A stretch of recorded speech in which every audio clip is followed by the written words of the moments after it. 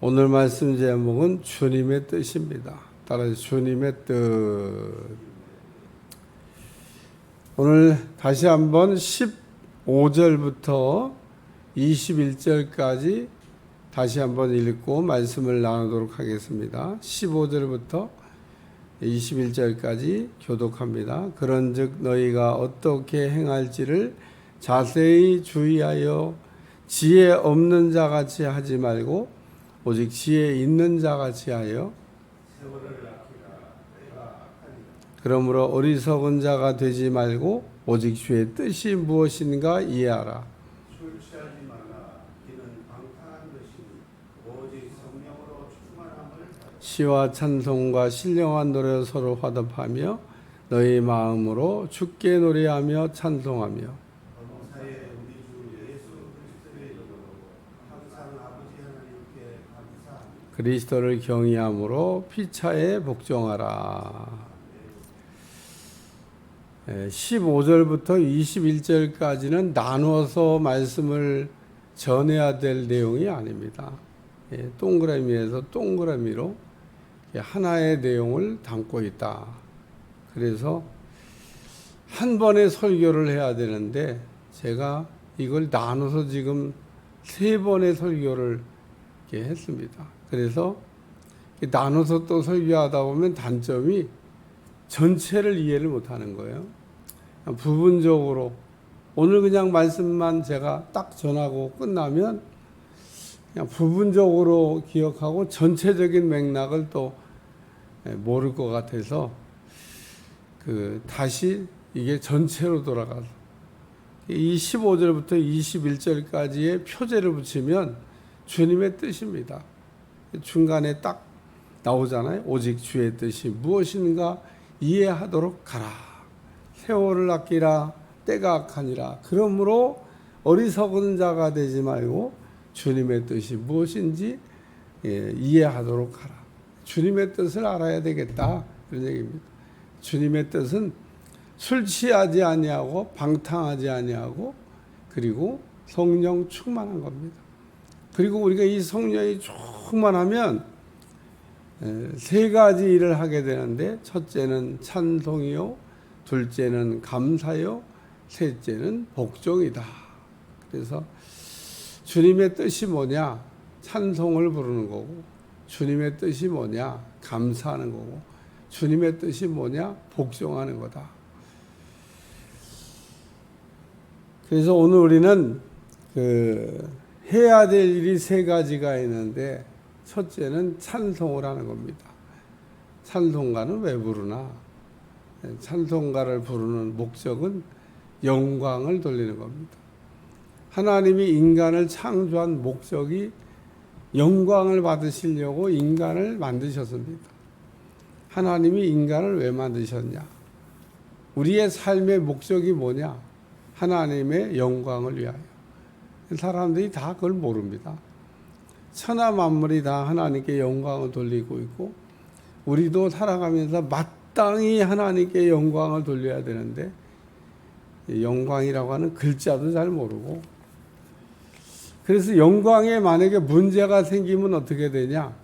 그러면은 하나님 앞에 미움을 받아도 그냥 아주 미움을 받게 됩니다. 하나님 앞에 우리가 사랑받는 사람이 돼야 되는데 사랑을 받지 못하고 미움을 받으면 어떻게 될까? 되는 일이 없는 거죠.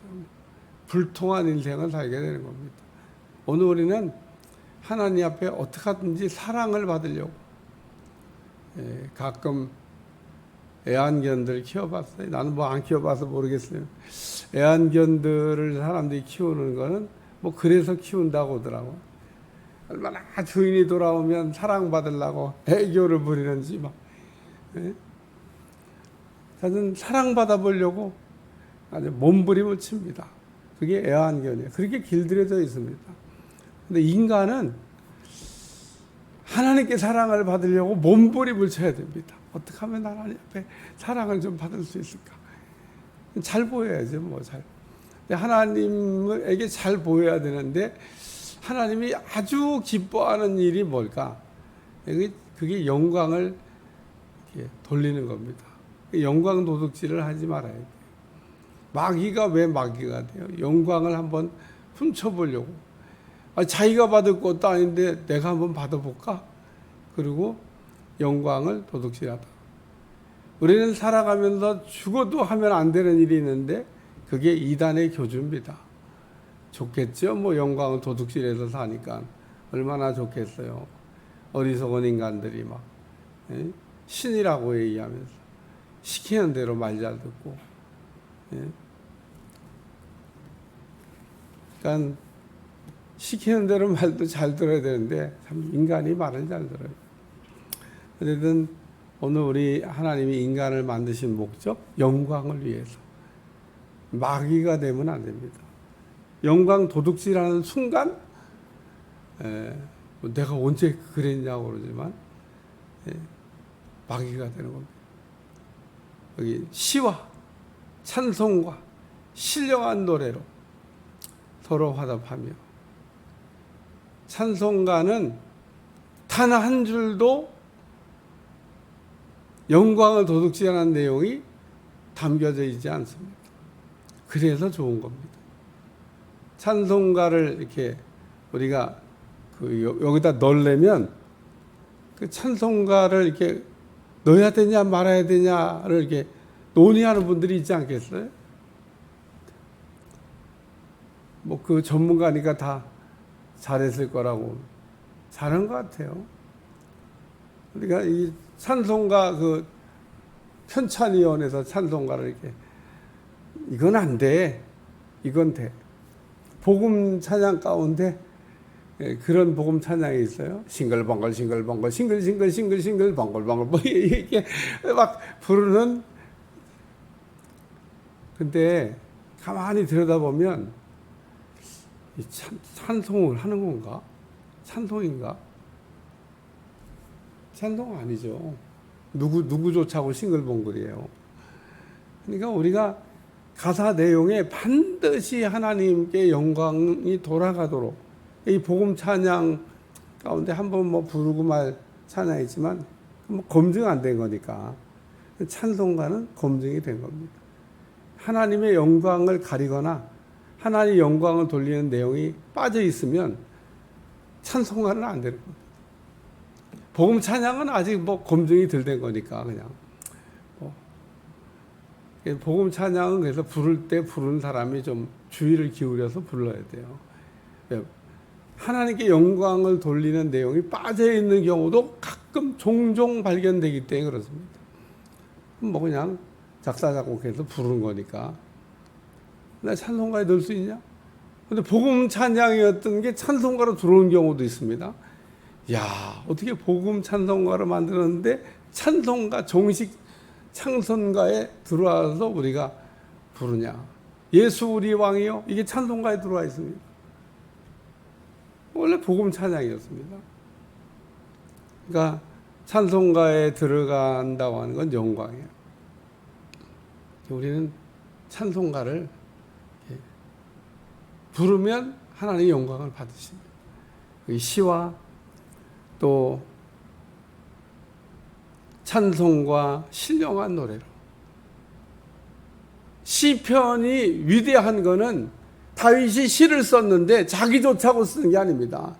여러분 이렇게 시집 사보면 얼마나 막 감성적으로 막, 이야, 어떻게 이런 말을 이렇게 썼을까? 이런 표현을 했을까? 물이 바다가 되어 만나자. 저는 그런 이렇게 어떤 그 시를 이렇게 읽고 있느라면, 야, 근데 시 중에 다윗의 시만큼 위대한 시가 없습니다. 구구절절 하나님께 영광을 돌리는. 주님은 나의 반석이시요, 주님은 나의 뭐 이러면서 쭉 다윗이 하나님께 영광을 돌리고 있잖아요. 혹 시를 쓰고 싶으면 하나님께 영광이 되는 시를 쓰시기를 바랍니다. 여기 하나 더 있어요. 신령한 노래로 서로 화답하며. 신령한 노래는 영으로 찬양하는 겁니다. 고린도전서 14장 15절 말씀을 읽으면 우리 영으로 기도하고 마음으로 기도하고 영으로 찬양하고 마음으로 찬양하고 이렇게 되어져 있습니다. 우리는 찬양도 신령한 찬양이 있습니다. 신령한 찬양으로 찬송하며 영광 돌리기 위해서 하는 행위입니다. 시나 찬송이나 신령한 노래나 자기 좋자고 부르는 게 아니고 오직 하나님께 영광을 돌리기 위해서 부르는 것. 이것이 주님의 뜻이다. 그러니까 주님의 뜻은 영광을 돌리는 겁니다. 하나님의 이름이 더럽혀지지 않도록 그 영광 도둑질하는 겁니다. 이름이 거룩히 여김을 받으시오며 왜 이름을 거룩하게 해야 된다고 기도해야 되는가 하면 그게 영광을 돌리는 거기 때문에 그렇습니다. 두 번째는 범사에 감사하며 우리가 감사할 때도 예수님의 이름으로 하나님 아버지께 감사해야 됩니다. 이것이 주님의 뜻입니다. 범사에 감사할 때 우리 주 예수 그리스도의 이름으로 항상 아버지께 감사하며 감사를 해도 누구에게 감사하느냐? 우리가 소자에게 냉수 한 그릇을 줄 때도 구제를 할 때도 예수님의 이름으로 해야 된다는 겁니다. 내 이름으로 하는 게 아니고 내 이름 내자고 하는 게 아니고 예수님을 위하여 착한 일을 하는 겁니다. 오늘 그리스도인들이 착한 일을 해야 되는데 그리스도인들이 착한 일 하고도 나중에는 상 하나도 못 받는 경우도 있습니다. 예수님의 이름으로 했냐? 자기 이름으로 했냐? 우리가 잘 구별해야 됩니다. 자기 이름으로 자기 이름 내려고 착한 일 한 거는 하나님이 점수에 넣지를 않습니다. 오늘은 착한 일 많이 했는데 왜 하나님은 나한테 이렇게 뭔가 왜 2%가 부족한 거지? 하나님의 이름으로 한 게 아니기 때문에 그렇습니다. 여기 범사에 우리 주 예수 그리스도의 이름으로 중간에 빼고 감사하며 그러니까 우리가 감사할 때는 반드시 예수님의 이름으로 누구에게 항상 아버지 하나님께 감사하는 것. 이게 감사를 잘하는 겁니다. 우리가 신앙의 수준이 성숙해지고 우리의 신앙이 올라가면 잘하는 것 가운데 하나가 감사인데 그 감사는 예수님의 이름으로 해야 된다는 겁니다. 내 이름으로 할 수도 있고 예수님의 이름으로 할 수도 있는데 예수님의 이름으로 감사하라. 예수님이 하셨다. 그런 얘기죠. 왜 나한테 감사해요? 예수님이 이렇게 할 수 있도록 하신 겁니다. 다 예수님이 하셨습니다. 그러면서 우리가 감사도 해야 된다. 감사를 잃어버리지 말라고 하는 감사가 우리 삶에서 떠나지 않고 있는 거가 주님의 뜻이다. 세 번째는 그리스도를 경외함으로 피차 복종하라. 이 말라기서에 여러분 보시면 집에 가서 찾아보세요. 하나님을 경외하는 자에게는 의로운 해가 떠올라서 송아지가 띈 것 같이 건강의 축복을 얻게 된다. 그러고 얘기하고 있습니다. 여기 하나님을 경외하는 자, 하나님을 바로 잘 섬기는 사람에게는 의로운 해가 떠올라서 송아지가 막 뛴 것 같이 너희를 건강하게 한다. 여기 하나님을 그리스도를 경외함으로 피차에 복종하라. 우리가 하나님을 잘 섬기는 거는 순종 잘하는 겁니다. 하나님 말 잘 듣는 거예요. 사랑하는 것도 말 잘 듣는 거고 섬기는 것도 말 잘 듣는 거고 우리는 조금만 정신줄 놓으면은 복종하는 게 잘 안 되게. 왜 복종을 해야 되냐고. 그냥 좀 여러분한테 좀 쉬운 얘기 하겠습니다. 군인이나 공무원은 이유 여야가 없습니다. 공무원은 무조건 위에서 시키면 시키는 대로 하는 게 그게 공무원. 그거 싫으면 공무원 그만둬야 돼요. 군인이 위에서 상관이 명령하는 거를 하기 싫다 그러면 군인 그만둬야 돼. 군인과 공무원은 거의 성격이 비슷합니다. 그래서 가끔 청문회 나왔고 그냥 공무원이 뭔지 아십니까? 시키는 대로 하는 게 공무원입니다. 막 그렇게 항변하면 맞는 얘기입니다. 공무원은 거부하면 안 돼. 상부의 명령에 무조건 복종이야. 그냥 시키면.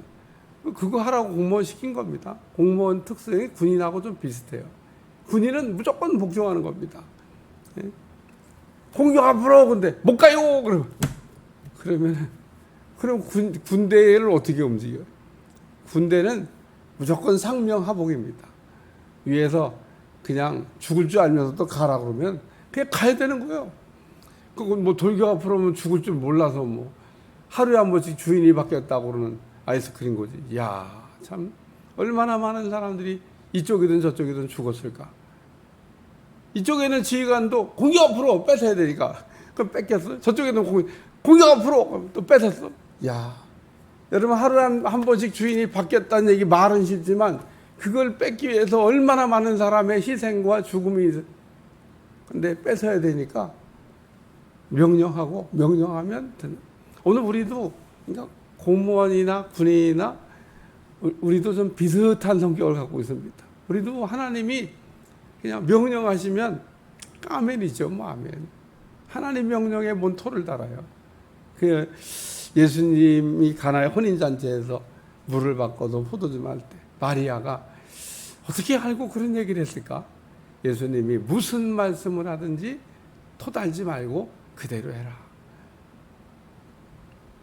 그러니까 오늘 마리아는 그래도 예수님이 어떤 분인지 조금 안 것 같아요. 예수님이 무슨 말씀을 하든지 그대로 하라. 그래서 오늘 우리는 성령이 충만하시면은 성령이 우리에게 감동을 주십니다. 이 감동을 제대로 잘 받는 사람이 제가 신령한 사람, 분별을 제대로 하는 사람이 신령한 사람이라고 제가 이야기 드렸잖아요. 그러니까 오늘 우리가 신령한 사람이 되는 거, 성령 충만하여 성령이 우리에게 날마다 감동을 주시는데, 이 감동이 온다는 얘기는 하나님의 마음을 갖는 겁니다, 사실. 성령의 감동. 주께서 어느 때는 여러분에게 이렇게 차 타고 가는데 옆에 사람한테 전도하라 막 이럴 때 입이 안 떨어져 막 전도하라는데, 여러분 그 전도하라 그러는데 입이 안 떨어지는데, 만약에 그 사람이 내가 복음을 안 전해서 그날 그냥 사망하고 지옥 갔다, 그 책임 누구한테 있냐? 나한테 있는 거죠. 나한테. 하나님 그거 물어볼 겁니다. 너 그때 내가 전도하라 그랬잖아. 너 왜 전도를 안 했어? 전도를 했는데 그 사람이 안 믿고 죽었으면 그 사람 책임인 거지만, 전도하라고 했는데 내가 안 해서 그 사람이 그냥 죽었다. 내 책임인 거죠. 내 책임.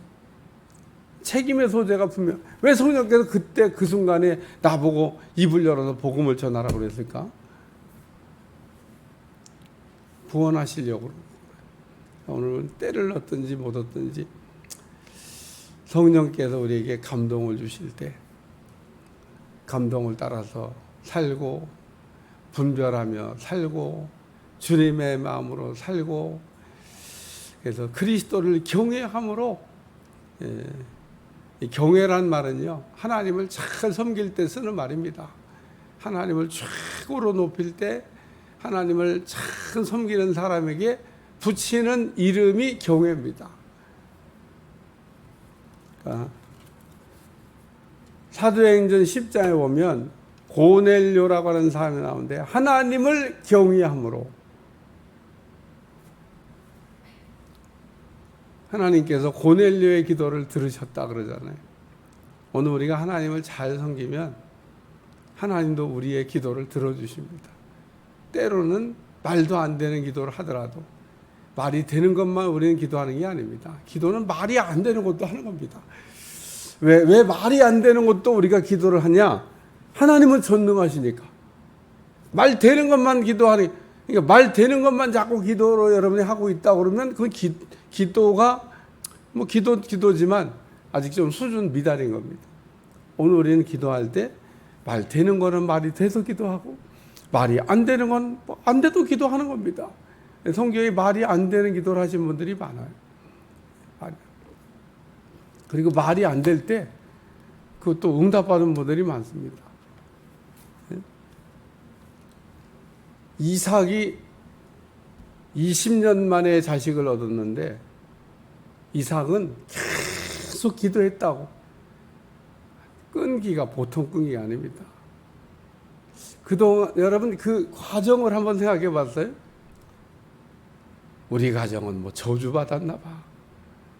왜? 구약 시대는 자식을 낳는 거가 축복이라고 생각하던 시대입니다. 장수하는 거, 오래 사는 거, 자식 잘 낳는 거, 이것이 축복이라고 생각했던 시대에 자식 생산이 안 되는 겁니다. 우린 저주받았나 봐. 이런 생각도 해볼 수도 있습니다. 왜? 다른 사람들이 그렇게 얘기할 수도, 저 집은 아이고 저주받았나 봐. 자식이 안 나와, 자식이 안 나와. 예? 자식 못 낳았던 리브가가 얼마나 참 마음이 부담이 오고 힘들고 어려웠을 것 같아요. 이거는 뭐 내가 볼 때 말로 다 할 수가 없습니다. 그런데 20년 만에 자식을 얻은 겁니다. 그냥 기도 한번 딸랑하고 끝 그랬을 때 자녀 생산이 된 건 아닙니다. 이삭은 될 때까지 기도한 겁니다. 될 때까지. 20년 만에. 야, 그거 참 저는 성경을 읽으면서 대단한 사람이다. 아브라함은 중간에 사고도 한번 쳤지만 그리고도 또 기다렸습니다. 그래서 결국은 아브라함도 자녀 생산이 안 되고 사라도 자녀 생산이 안 될 때 그때 하나님께서 자녀를 생산하게 하셨다. 왜?